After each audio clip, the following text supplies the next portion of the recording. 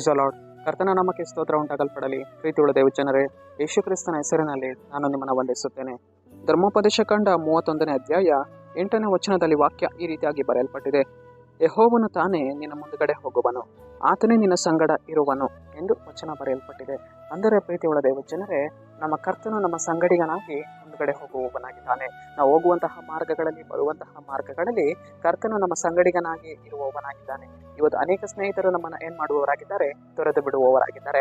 ಆದರೆ ನಮ್ಮ ಕರ್ತನು ನಮ್ಮ ಸಂಗಡಿಗನಾಗಿ ಇದ್ದು ನಮ್ಮ ಮುಂದುಗಡೆ ಹೋಗಿ ನಮ್ಮ ದಾರಿಯಲ್ಲಿ ಇರುವಂತಹ ತಡೆಗಳನ್ನು ನೀಗಿಸುವವರಾಗಿದ್ದಾರೆ. ನಾವು ಕರ್ತನಿಗೆ ಸ್ತೋತ್ರವನ್ನು ಹೇಳಬೇಕು. ಸ್ವಾಮಿ, ನೀನು ಸಂಗಡಿಗನಾಗಿ ಇರುವುದಕ್ಕಾಗಿ ಸ್ತೋತ್ರ ದೇವರೇ. ನೀನು ನನ್ನ ಮುಂದುಗಡೆ ಹೋಗಿ ಸ್ವಾಮಿ, ದಿನ್ನೆಗಳನ್ನು ನೀನು ಮಾರ್ಪಡಿಸುವುದಕ್ಕಾಗಿ ಸ್ತೋತ್ರ ದೇವರೇ.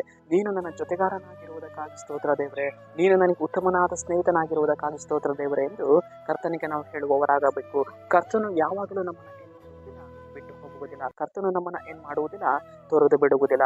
ಆತನು ನಮ್ಮ ಸಂಗಡಿಗನಾಗಿ ಇರುವವನಾಗಿದ್ದಾನೆ. ಆತನು ನಮ್ಮ ಮಾರ್ಗಗಳಲ್ಲಿ, ದಾರಿಗಳಲ್ಲಿ ಮುಂದುಗಡೆ ಹೋಗಿ ದಿನ್ನೆಗಳನ್ನು ಮಾರ್ಪಡಿಸಿ ಜಯವನ್ನು ಕೊಡುವವನಾಗಿದ್ದಾನೆ. ಹೇಗೆ ಕರ್ತನು ಮೋಶೆ ಮುಂದುಗಡೆ ಹೋದರು, ಹೇಗೆ ಕರ್ತನು ಯೆಹೋಶುವನ ಮುಂದುಗಡೆ ಹೋದರು, ಅದೇ ರೀತಿಯಾಗಿ ನಮ್ಮ ಜೀವಿತದಲ್ಲಿಯೂ ಕೂಡ ಕರ್ತನು ನಮ್ಮ ಮುಂದುಗಡೆ ಹೋಗಿ ನಮ್ಮ ಸಂಗಡಿಗನಾಗಿ ನಡೆಯುತ್ತಿದ್ದಾನೆ. ಸರಿ, ನಾವು ಪ್ರಾರ್ಥಿಸಿಕೊಳ್ಳೋಣ. ಅಪ್ಪ ಕರ್ತನೆ, ನಿನಗೆ ಸ್ತೋತ್ರ ಸ್ವಾಮಿ. ಮುಂಜಾನೆ ವೇಳೆಯಲ್ಲಿ ಕರ್ತನೆ, ಈ ವಾಕ್ಯ ಭಾಗ ಸಂದೇಶವನ್ನು ನೋಡ್ತಾ ಇರುವಂತಹ ಜನಗಳನ್ನು ಸಂಧಿಸು ದೇವರೇ. ಕರ್ತನೆ, ನಿನ್ನ ಜನರ ಜೀವಿತದಲ್ಲಿ ಸ್ವಾಮಿ ನೀನು ಕ್ರಿಯೆಯನ್ನು ಮಾಡಿ ನಿನ್ನ ಜನರ ಸಂಗಡ ನೀನು ಹೋಗುವುದಕ್ಕಾಗಿ ಸ್ತೋತ್ರ. ಅವರ ಮುಂದುಗಡೆ ನೀನು ಹೋಗುವುದಕ್ಕಾಗಿ ಸ್ತೋತ್ರ. ನಜರೇತಿನ ಯೇಸುವಿನ ನಾಮದಲ್ಲಿ ತಂದೆಯ ದೇವರೇ, ಆಮೆನ್.